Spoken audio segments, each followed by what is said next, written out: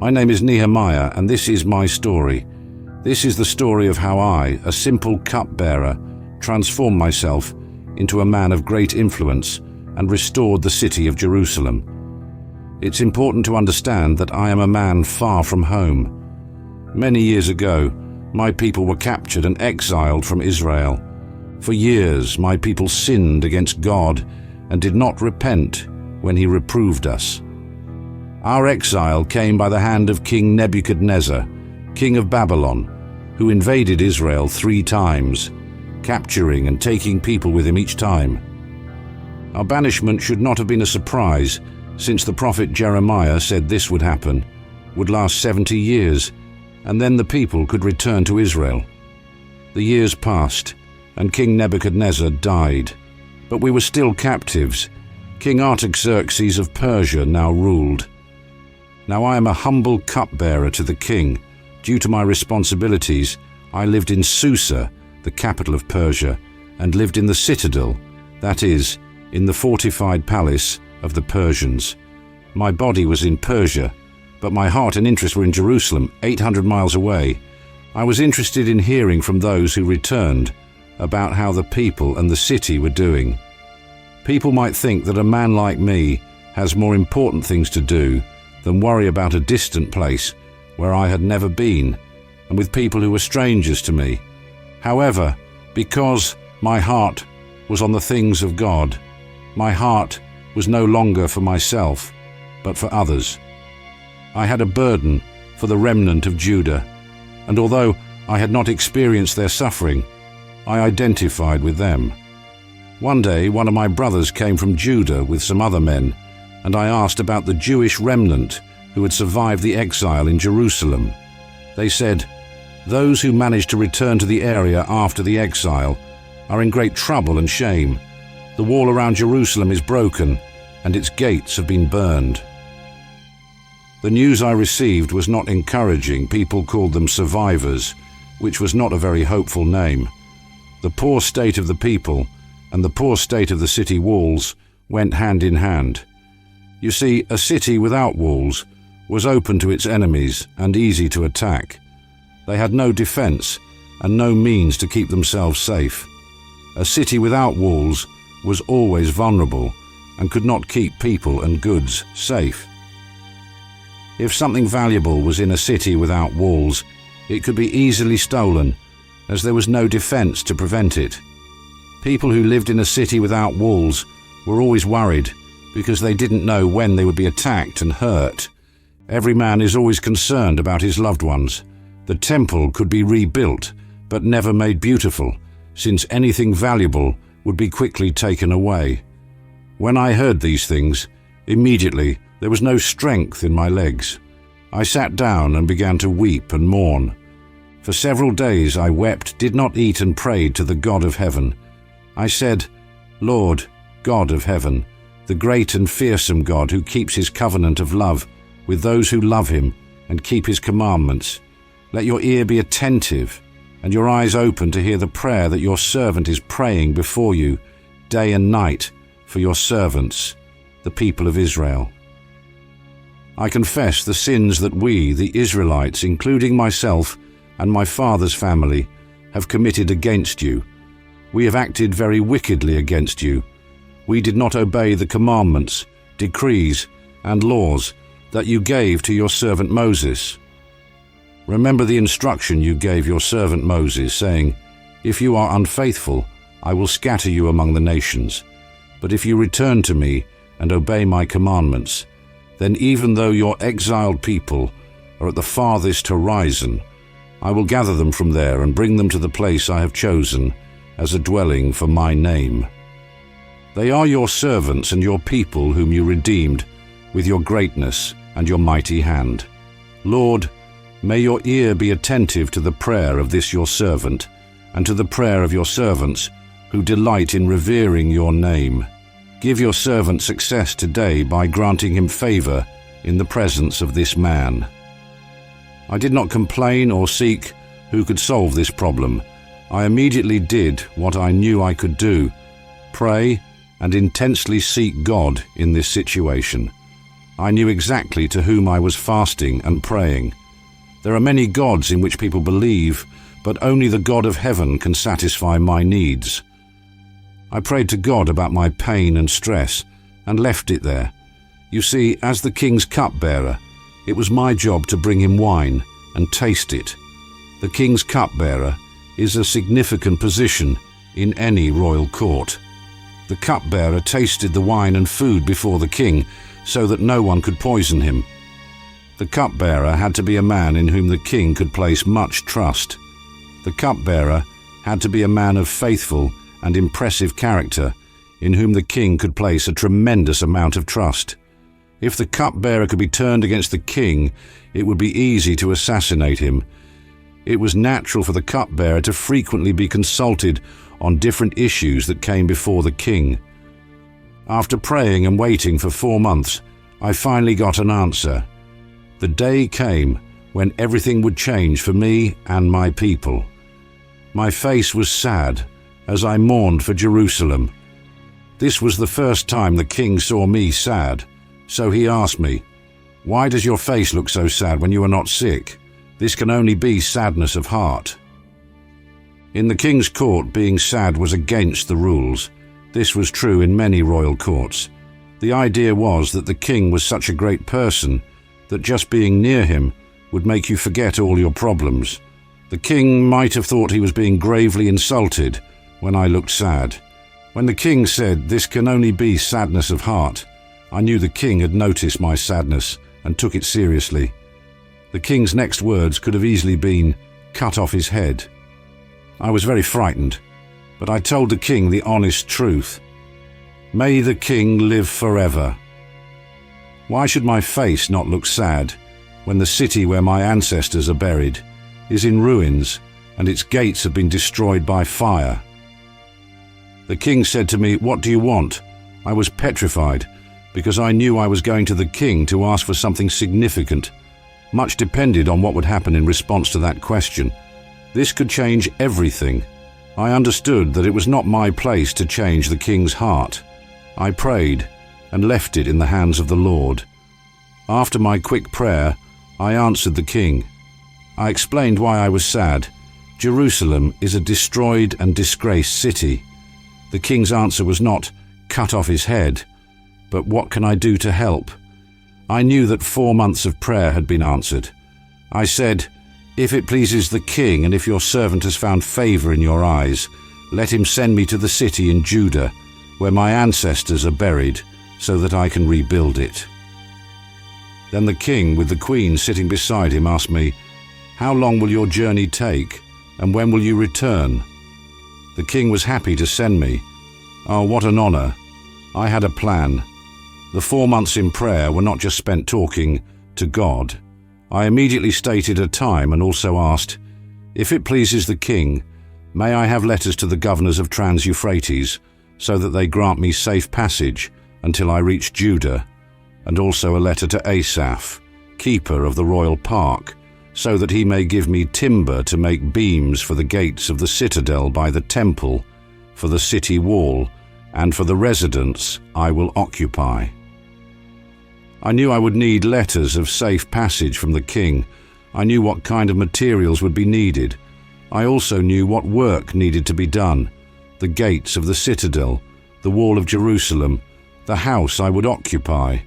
I didn't need time to make more plans. The 4 months were enough. The king granted my requests. The good hand of my God was clearly upon me, as this could only be the power of the Lord in action. Everything was now ready to go. After that, I traveled to the governors of the Trans-Euphrates region to deliver the king's letters to them. The king had also sent officers and cavalry from the army with me. Everything was prepared. I also had a substantial supply of wood from the king's forest. Truly, the king of Persia answered my call. However, this was also the beginning of enormous difficulties that had the potential to ruin everything. At the governor's station, I found these 2 enemies of Jerusalem and of anyone who cared about the welfare of the city: Sanballat, the Horonite, and Tobiah the Ammonite. were extremely irritated by the fact that someone had come to take care of the children of Israel and see how they were doing. While Jerusalem was weak and vulnerable, these two didn't care. Even if the temple was there and worship was being conducted, that was fine, as long as God's people were not strong, secure, and free from stress. But that did not prevent me from going to Jerusalem. This opposition did not come in the heart phase, nor in the vision phase, nor in the prayer phase, nor in the planning phase, but when progress began. I went to Jerusalem with a great dream, much hope, much prayer, and much help from the king. People would have noticed when I arrived in Jerusalem with a military guard and wood from the forest of the king of Persia, but I said nothing about my task until the time came. After 3 days in Jerusalem, I went out with some other people in the middle of the night. I was here for the first time. I was home. By night, I went out through the valley gate, examining the walls of Jerusalem that had been torn down and its gates that had been destroyed by fire. I knew I couldn't start making the walls until I saw how bad things were. I could have thought about all the good things, about Jerusalem. We were forced to leave Judah, but now we were back there. They had built the temple. There were sacrifices and worship. Although progress was slow, it was happening. There was much to be thankful for in Jerusalem, but sometimes you have to look at what is wrong. That's what I did. The officials didn't know where I had gone or what I was doing, because I had not yet said anything to the people there, to the priests, nobles, officials, or anyone else who would do the work. The people and leaders hadn't just sat down and waited for a hero to come and rebuild their walls. They had probably accepted that it was impossible. It seemed that no one could fix a 100-year problem. Years ago, when someone tried, the enemies simply stopped them, so they lived with it. Then I told them, "Look at the trouble we're in. Jerusalem is in ruins, and its gates have been burned. Come, let's rebuild the wall of Jerusalem, and we will no longer be a disgrace." Now, when I came and explained the vision for rebuilding the walls to the city leaders, there was tremendous importance attached to the meeting. It was impossible for me to complete the task alone, and I would be in trouble if the leaders didn't support me. I told them about the good hand of my God upon me and what the king had told me. I made sure it was God's project. They responded, "Let's start rebuilding." So they began this good work. But when Sanballat the Horonite, Tobiah the Ammonite official, and Geshem the Arab found out, they laughed at us and despised us, saying, "What is this you are doing? Are you going to rebel against the king?" They mocked and ridiculed us. Tobiah was a powerful figure due to his connections with the high priest's family and his ability to request assistance from the priests.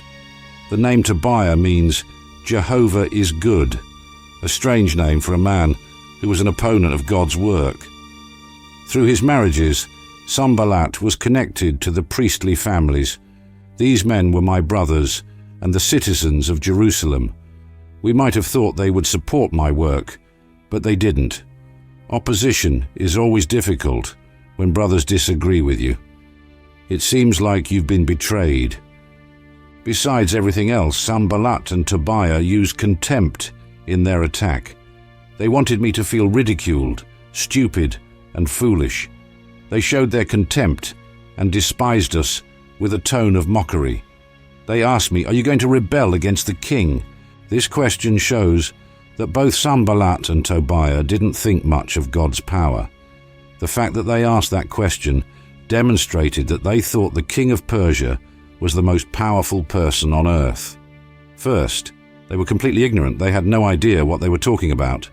Although they didn't know it, the king had given his blessing. The king helped with the work.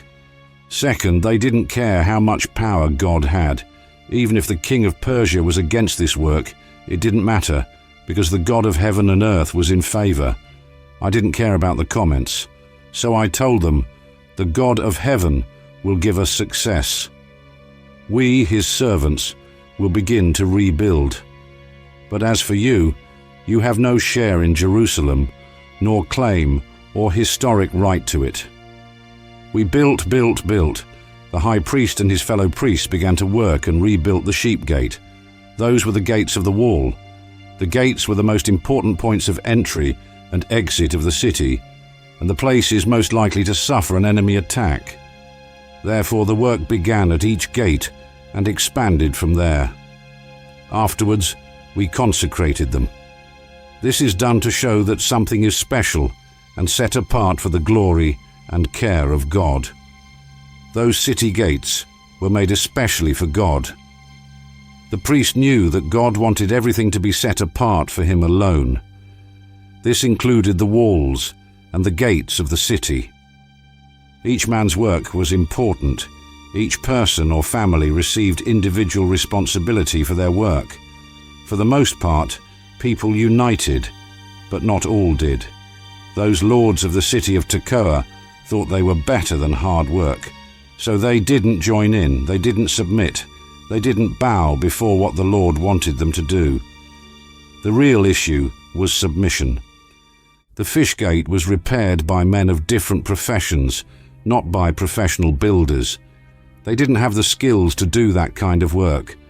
It seemed they had a good reason not to do anything, but they got involved. They did the work anyway. Although many people didn't think they were prepared or capable, they built walls around Jerusalem.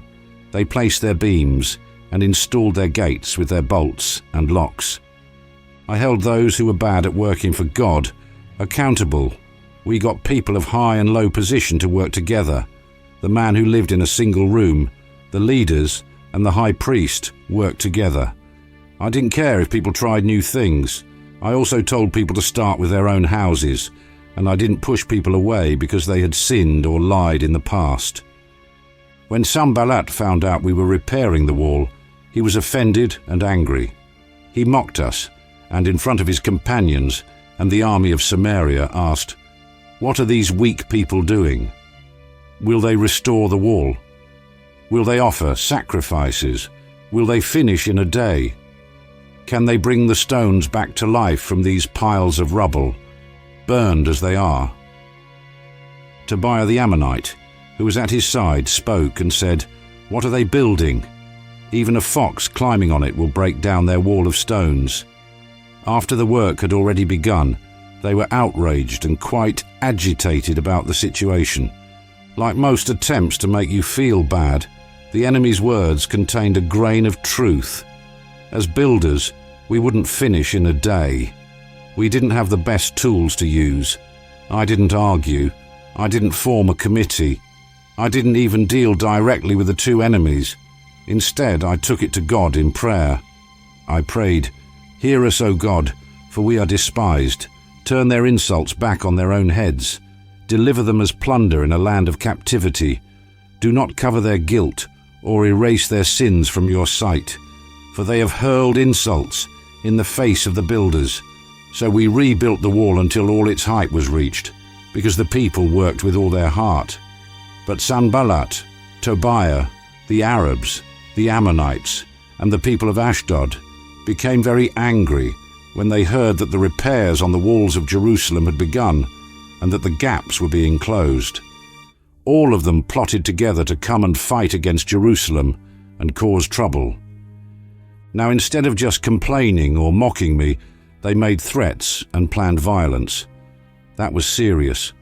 The wall was built to protect against violent attacks, but now it seemed that the wall itself might provoke an attack. People could have been frightened and worried that all their hard work might be in vain. They wanted to create confusion among God's people. Confused people never advance and fulfill God's work. They are usually confused because they are distracted by the schemes of their enemies instead of focusing on God and His promises. However, we prayed to our God and because of them established a guard against them day and night. We would not stop praying to God for anything. We could have given up, thinking that God was not answering our prayers because the attacks kept happening, but we had more faith in God than that. I was determined not to let the safety of daylight or the drowsiness of night prevent me from working. That sent a powerful message. It sent a message to God's people saying, "We are committed. This will work because God is with us and will help us overcome all problems. It sent a message to the enemies that they would not be victorious in their efforts. The work that God began cannot be stopped, as it is already underway. It doesn't matter if this means sleepless nights or exhausting days, because we are willing to do whatever is necessary to carry out the work. It sent a message to God. We trust in you, and our faith is a living faith, a faith of actions, not just words. We love and trust in you, Lord. On the other hand, the difficulties did not stop. Besides the difficulties that came from outside, there were also difficulties that came from within. Judah said, "The strength of the workers is failing, and there is so much rubble that we cannot build the wall." Judah should have been the tribe with the most strength and courage. It was the tribe that produced powerful kings. The fact that this word originated from the tribe of Judah served both as a unique obstacle and a source of discouragement. The midpoint is a dangerous place. There is still much to do, but fatigue sets in because much has already been done. The task is not yet finished. Rebuilding the walls required not only construction, but also cleaning and removal of debris that accumulated during the process. The ruins of the walls lying in ruins for 100 years had become a collection point for all kinds of debris. Clearing the debris was not an option. It had to be done. The destroyed parts of the wall and the debris on the side had to be removed so that the walls could be rebuilt on their foundations. The walls would not stand if this was not done. And our adversary said, "They will not know or see anything until we come into their midst and kill them and stop the work." Things were already bad, and the discouraged workers felt like giving up. Now the enemy was making plans to attack the workers who were rebuilding the walls. The enemies knew that now the only way to make them stop serving God and doing his work was to kill them. The people who lived near us came and told us about the evil plan. God's enemies did everything they could, but God was always in control. The enemies didn't know that loyal people were listening to what they were planning. Those who heard the plan didn't have enough discernment to know what to do. They were frightened, and I believe it bothered them that I wasn't frightened too. I positioned some people behind the lowest points of the wall, in the exposed places, designating them by families with their swords, spears, and bows.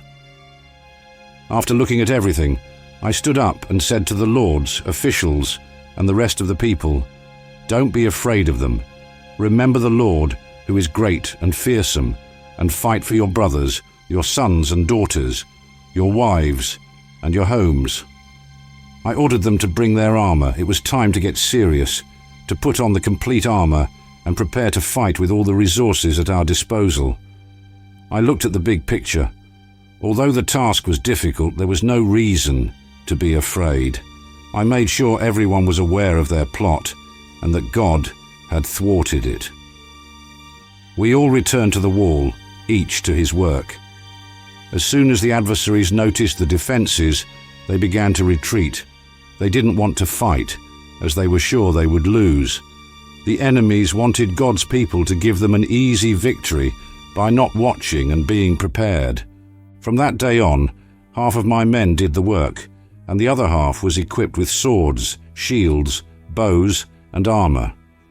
The officials stood behind the people of Judah who were building the wall.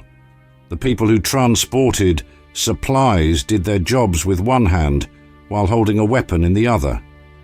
After this, I addressed the nobles, officials, and the rest of the people, saying, "The work is extensive and dispersed, and we are widely separated along the wall. Wherever you hear the sound of the trumpet, join us there. Our God will fight for us." Furthermore, I instructed, "Have each man and his helper stay inside Jerusalem during the night, so that they can serve us as guards at night and as workers during the day. Neither I, nor my brothers, nor my men, nor the guards with me took off our clothes. Each one had his weapon, even when he went to get water. But then the men and their wives raised a great outcry. Some were saying, "We and our sons and daughters are numerous. In order to eat and stay alive, we must get grain." Others said, "We are mortgaging our fields, our vineyards, and our houses to get grain during the famine.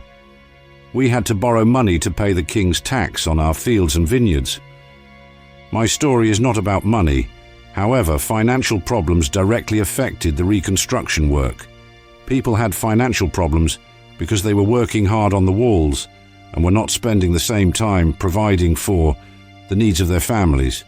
People had financial problems because there was a famine, which made food more expensive. It was so expensive that some mortgaged their properties to provide food. People had financial problems because the government continued to tax them with taxes, although they were not working as much and the cost of living was increasing.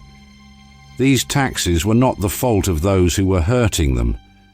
Neither I nor the people acted as if these taxes were unfair. However, they were still a burden.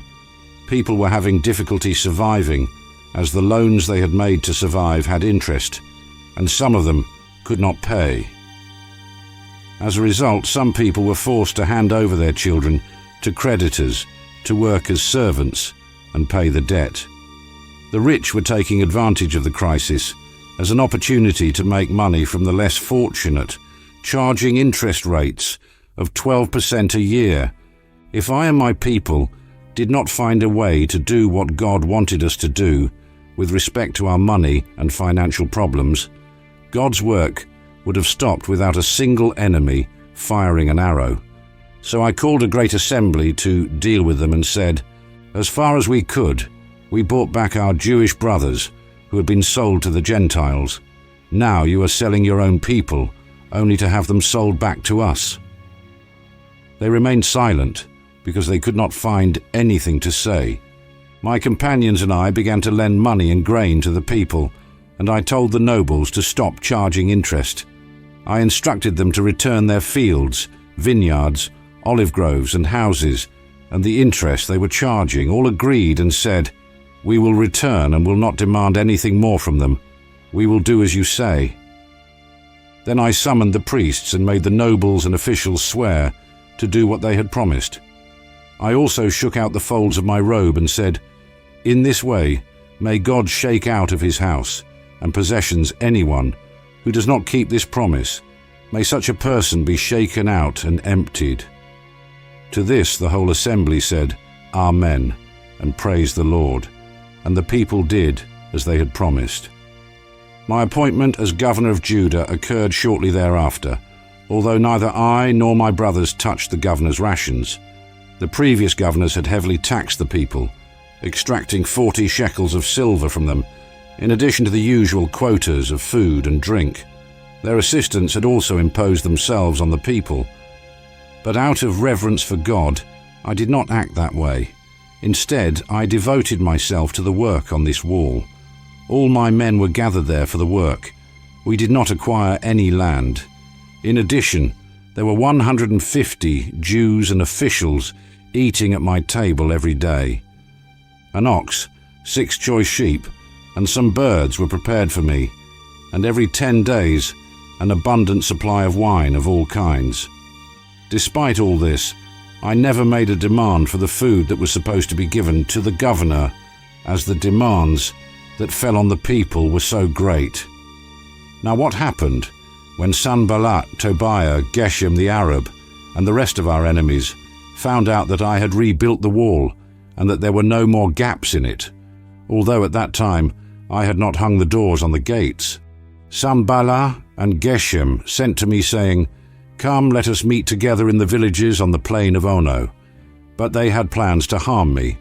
I was able to see beyond appearances, so I sent messengers to them saying, "I am doing a great work, so I cannot come down. Why should the work cease while I leave it and come down to you?" But they sent me this message 4 times, and I responded in the same way. With discernment, I would not only escape their trap, but also not be distracted from my work. I was persistent in my discernment. Then Sanballat sent his servant to me as before for the 5th time with an open letter. In it was written, "It is reported among the nations, and Geshem says, that you and the people plan to rebel. Therefore, according to these rumors, you are rebuilding the wall so that you can be their king, and you have also appointed prophets to proclaim about you in Jerusalem, saying, 'There is a king in Judah.' Now these matters will be reported to the king, so come and let us consult together." I sent them saying, "Nothing of what you say is happening. You are inventing this in your own heart." They were all trying to frighten us, saying, "Their hands will be weakened in the work, and it will not be finished. Now therefore, O God, strengthen my hands." I did not elaborate a detailed defense trying to prove that Sanballat was wrong point by point. I would not waste my time. Men like Sanballat are not satisfied with facts, explanations, and evidence. They are satisfied by yielding to their demands, and I refuse to do so. Sanballat would not be defeated by being called a liar. I had the discernment that the defamation strategy was all about fear, and I would not yield to it. No enemy can make us afraid. All they can do is try to make us choose fear, but it is up to us to reject it. However, the assassination attempts did not end. When I entered the house of Shemaiah, who was confined to his house, he said, "Let us meet and seek refuge together in the house of God, inside the temple, and close the doors of the temple, for they are coming to kill you, and they will come to kill you during the night." But I said, "Should a man like me flee in fear and hide? Should someone like me enter the temple to save himself? I will not go." Shemaiah tried to instill fear in me and convince me to disobey God as a result of that fear. The temple was forbidden to all who were not priests, which included me. If I followed Shemaiah's advice, I would be disobeying God and sinning against him. I realized that God had not sent Shemaiah, but that the enemy had commissioned him to prophesy against me. He had been hired to intimidate me into committing a sin by doing so, and then they would give me a bad name to discredit me. When news spread that the wall had been finished, the countries around were seized with fear and lost confidence when they learned that this had been built with the help of our God. The time needed to complete the task was surprisingly brief. After falling into disuse for more than a century, the walls were rebuilt in just 52 days. Because the work had not been done in the previous 100+ years, it was not that no one saw the problem, it was not that the walls were not wanted. The destruction of the walls of Jerusalem was witnessed by many, and all had seen how it affected the residents of the city, but no one ever went beyond wishing that Jerusalem still had walls. When the wall was finished, the enemies were very discouraged. It is glorious to discourage the enemies of God's people and leave them disheartened for a time. Our enemies were discouraged not only because the wall was finished, but especially because it was evident that God did the work. The strong and secure people of Jerusalem were a testimony to the surrounding nations. However, the nobles of Judah had no problem being friends with such a man, for Tobiah had family ties with many in the tribe of Judah. In addition, the nobles of Judah sent many letters to Tobiah, our enemy, who opposed the wall, and Tobiah's responses kept coming to them. Many in Judah were under oath to him. They continued to inform me about his good deeds and then tell him what I said, and Tobiah sent letters to intimidate me. After the wall was rebuilt and I placed the doors in their place, the gatekeepers, the musicians, and the Levites were appointed. The Levites and singers were there to guide the people in worship. The city walls were not rebuilt so that the people of Jerusalem could admire how wonderful they looked. They were rebuilt so that they could worship God even more gloriously and with more freedom than before. I put my brother in charge of Jerusalem, along with Hananiah, who was the commander of the citadel, due to the fact that he was an honorable man and feared God more than most people. I told them, the gates of Jerusalem should not be opened until the sun is high. While the guards are still on guard, order the gates to be closed and secure the residents of Jerusalem as guards, some at their posts and others near their own houses. A tremendous victory had been achieved. The walls were rebuilt. However, the walls would not protect themselves. There had to be guards who did their job well, and the walls had to be watched. The gates should open late and close early because security was very important.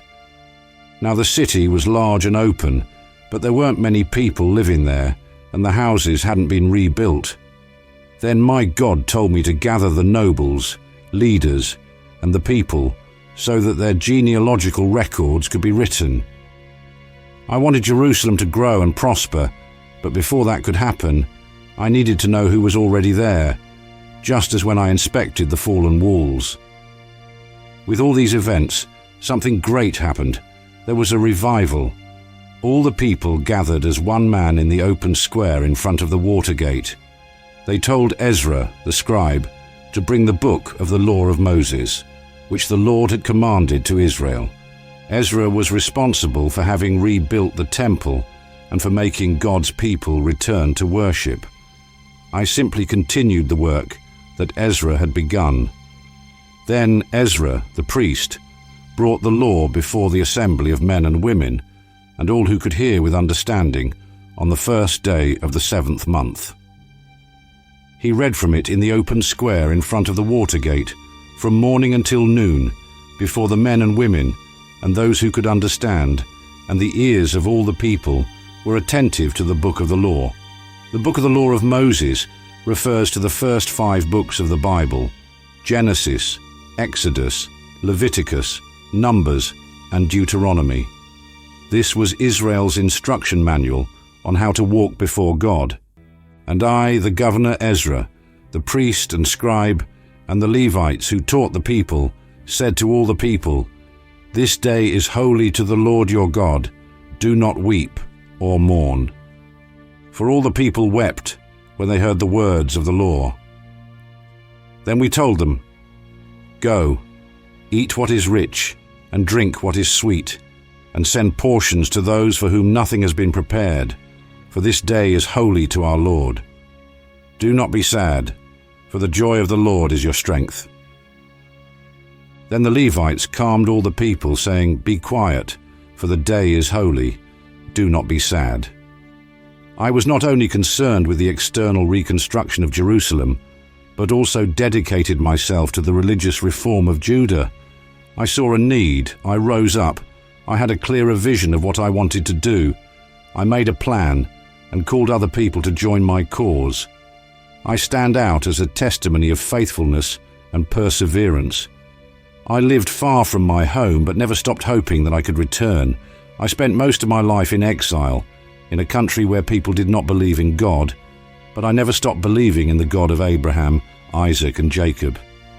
I was a prayer warrior who took everything to God in prayer and prayed for my people. I was honored for my hard work and persistence. I cared so much about my people that I never stopped hoping for their return, not only to our country, but to the God who first called our ancestor Abraham from the same area and made a covenant with him, one that I believed would remain forever. My name is Nehemiah, and this is my story.